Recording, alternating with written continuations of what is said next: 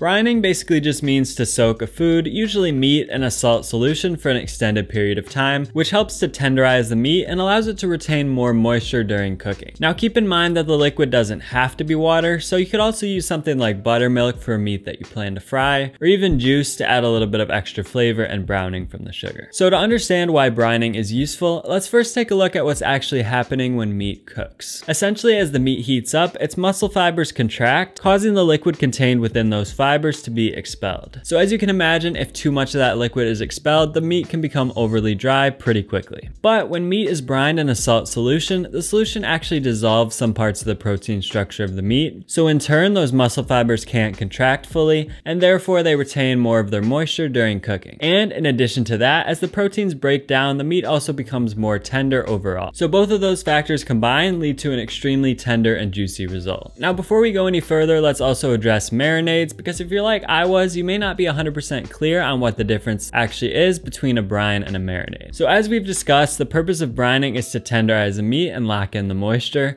But with a marinade, the primary purpose is actually to add flavor. So marinades will typically contain some form of acid like vinegar or citrus juice, whereas brines generally don't. And marinades also tend to contain a lot of spices and herbs, and while you can incorporate those into a brine, the effect of doing that would be pretty subtle since brines are generally a lot more diluted. So as you can see, brining can provide some great benefits, but that doesn't mean that it's ideal in all circumstances. Specifically, whether or not you should brine is highly dependent on the type of meat that you're using.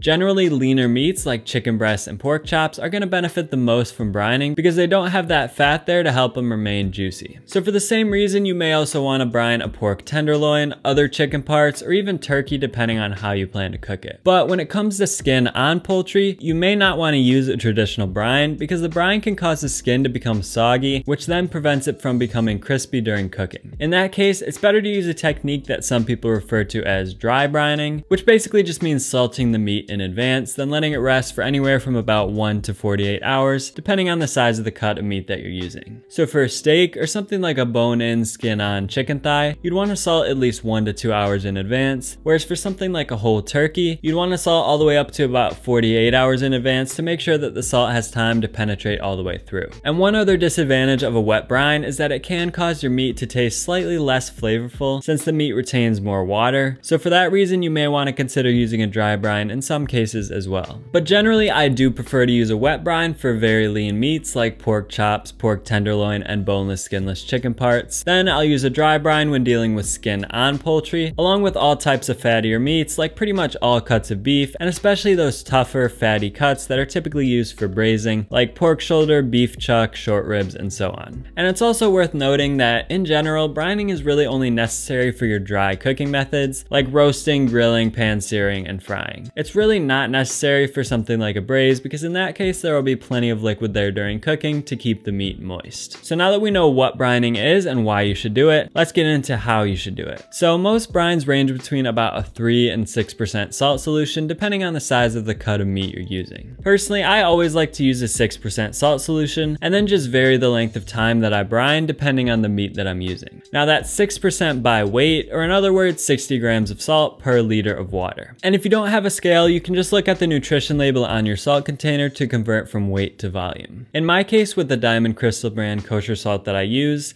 60 grams comes out to a little less than half a cup. And this amount of salt will easily dissolve at room temperature with just a bit of whisking. Now, if you want to add sugar to your brine for some extra browning and flavor, you're welcome to do that as well. Personally, I don't like to add sugar when I'm brining chicken, but for something like a pork chop, I think it can be a nice addition. If you do that, you'll want to use equal parts sugar and salt. So again, that's 60 grams of each per liter of water. But of course, since the sugar is optional, you can use less than that too if you prefer. Either way, once your brine is prepared, you can just toss in your meat, making sure that everything is completely submerged. And in this case, I'm using some boneless, skinless chicken breasts, along with some bone-in, skin-on chicken breasts in order to demonstrate the differences between the two, which you'll see in a minute. For pieces of meat this size, I'd recommend brining for at least 3 hours, but it is pretty forgiving, so you can even brine up to overnight without worrying about them becoming too salty. Now, if you were to brine something larger like a whole pork tenderloin, for example, you'd want to let it go longer, more like 8 to 16 hours depending on the size, but of course you'll also just want to experiment and see what you like best based on your preference for saltiness. Now in my case here, after removing the chicken from the brine, I just added a few herbs and spices for flavor, then baked it at 300 degrees until it reached an internal temperature of 155 degrees Fahrenheit. Which leads me to my next tip that'll help you to achieve much juicier chicken. You've probably always been told that chicken should be cooked to 165 degrees Fahrenheit because that is the point at which 99.99999% of all harmful salmonella bacteria are killed instantaneously. But it's not quite that simple because, as Kenji Lopez-Alt explains in the Food Lab, the bacteria aren't just simply alive below 165 degrees Fahrenheit and dead above that temperature. They actually start to die off as low as 135 degrees Fahrenheit, but it just takes much longer at that temperature. So as you increase the temperature from there, the bacteria die off faster and faster, and by the time you reach 155 degrees Fahrenheit, it takes just about 45 seconds for the bacteria to die off to a safe level. And as most of you know, meat will maintain its internal temperature for quite a while after being removed from the heat, far longer than 45 seconds, and in a lot of cases, it'll even continue to rise in temperature after it's been removed. In my case, the chicken actually remained at my target temperature for about a full 5 minutes, far longer than the 45 seconds required to reduce the bacteria to a safe level. So the general recommendation of 165 degrees Fahrenheit was meant to be an extremely conservative food safety measure, which is why the USDA still uses that number, but it tends to result in dry and stringy chicken. So for those of us that look a bit deeper into it, we know that that number is overkill, and we can actually cook our chicken to 150 or 155 degrees Fahrenheit without any worries. And keep in mind that this only really applies to the white meat, so for the darker meat of the legs and thighs, it's still best cooked to around 175 degrees Fahrenheit in order to achieve the ideal texture. So as you can see, applying this knowledge in combination with the saltwater brine results in a beautifully tender and juicy chicken breast. And similar results can be achieved with the brined skin-on chicken breast, but as you can see, the skin isn't quite as crispy as it could be, so for that reason, I do prefer the dry brine in that case. Now, if you want to see how I apply this in one of my favorite dishes, you can check that out right here. Thanks a lot for watching, and I'll see you over there.